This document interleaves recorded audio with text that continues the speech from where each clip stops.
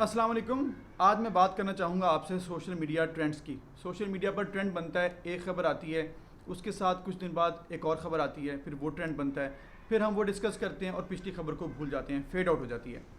हमें लेकिन थोड़ा सा रिस्पॉन्सिबली बिहेव करते हुए ये भी देखना चाहिए कि एक ख़बर से दूसरी खबर अगर कनेक्ट कर रही है और फिर उसी तरह से होता जा रहा है, तो उसकी वजह क्या है। रूट कॉज तक पहुंचना भी हमारी ज़िम्मेदारी है। तो रूट कॉज तक कैसे आप पहुंच सकते हैं, दो हम केस स्टडीज़ देखते हैं और हम उस पर बात करते हैं कि कैसे हमें चाहिए था कि हम अपनी सोसाइटी में इसको देखते हुए रोक दें।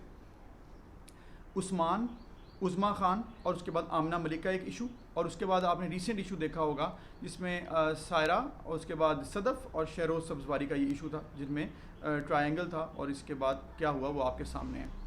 मैं उस पर बात नहीं करना चाहता कि क्या हुआ और क्या हो सकता है, क्योंकि सुलह हो जाए या किसी की रजामंदी हो बाद में, वो एक अलग मामला है। लेकिन असल में इशू कहाँ पर है, असल में ये मामला है क्या।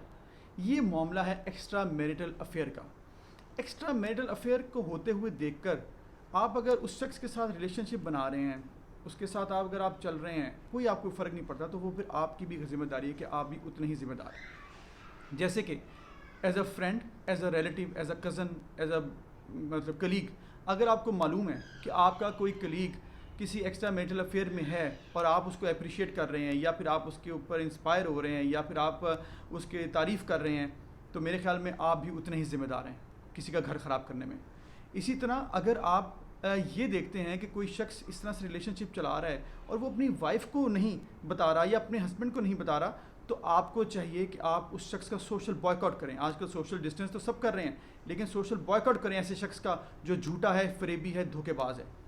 तो अब इस केस में आप ये देख लें कि होता क्या है। इन दोनों केसेस में आप ये देख लें कि आप एक्स्ट्रा मैरिटल अफेयर कर रहे हैं और आप अपनी बीवी को धोखा दे रहे हैं। इसी तरह आप अगर बहुत से रिलेशनशिप देखते होंगे, आपके इर्द गिर्द आपकी फैमिली जानती होगी, आपके दोस्त जानते होंगे, बहुत से केसेस ऐसे होते हैं जिधर लोग एक दूसरे को धोखा दे रहे हैं और वो आप उसको सोशल स्पेस दे रहे हैं, आप उसको ब्रीदिंग स्पेस दे रहे हैं, इसलिए ऐसी चीज़ें होती हैं।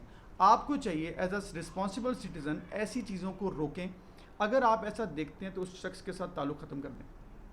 उसके बाद इस शख्स की ज़िम्मेदारी की बात करते हैं। जो ये शख्स कर रहा है, वो शख्स झूठा है, फरेबी है, धोखेबाज है, मुनाफिक है और एक बदतरीन शख्स की मिसाल है जो कि अपनी फैमिली के साथ झूठ बोलकर कहीं एक्स्ट्रा मैरिटल अफेयर चलाता है, और वो खातून हो सकती है, मर्द भी हो सकता है, और अपनी फैमिली को धोखे में रखता है। ऐसी घटियापन की और क्या मिसाल होगी जो ये शख्स कर रहा है। तो इसलिए जो ये शख्स कर रहा है, मॉरल करेज उसके अंदर कोई नहीं है। या तो फिर मॉरल करेज की बात अगर मैंने कर दी है, तो मॉरल करेज या फिर इखलाकी जुर्रत जिसे कहते हैं, वो ये होती है कि आप अपनी वाइफ या पार्टनर को बताएं, अपने हस्बैंड को, वाइफ को, आपका जो पार्टनर है उसको बताएं कि भाई मैं अब आपके साथ आगे रिलेशनशिप नहीं कंटिन्यू कर सकता, तो लिहाजा मुझे या तो आप एक्सेप्ट करें इस तरह से, या फिर आप अलग हो जाएं। ठीक है, इस्लामी तरीक़ाकार है, इसमें कोई मजाक नहीं, सोसाइटी में ऐसे होता है।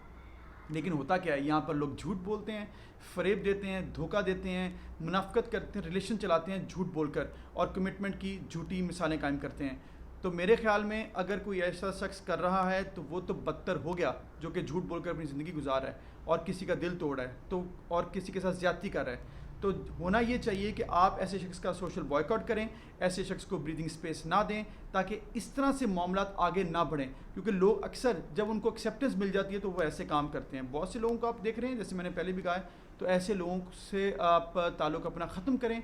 लोगों को पता लगे कि ये इंतहाई गलत काम है, झूठ बोलकर अपना रिलेशन, जो लीगल रिलेशन है उसको चलाना, और दूसरा रिलेशन चलाना अपनी शादीशुदा ज़िंदगी के होते हुए इंतहाई गैर इंसानी, गैर फितरी काम है। इससे इज्तनाब करें। और मेरे ख़्याल में एक डिचर, एक जो बंदा डिच करता है या फिर एक जो बंदा झूठ बोलता है और चीटर है, उससे ज़्यादा और कोई बुरी मिसाल एक इंसान की इखलाक की नहीं हो सकती। तो अपने इर्द गिर्द ज़रूर देखें, अगर उस शख्स में इखलाकी जुर्रत नहीं है, लेकिन आपकी ये इखलाकी ज़िम्मेदारी ज़रूर है कि आप उसको ज़रूर सनअप करें, शट अप कॉल दें और ऐसे शख्स को रोकें, उसको अप्रिशिएट मत करें, सोशल बॉयकॉट करें। तभी ऐसे नासूरों से हमारी जान छूटेगी, हमारी सोसाइटी बेहतर होगी। वरना ये झूठ, लड़ाइयाँ, झगड़े इस तरह के चलते रहेंगे।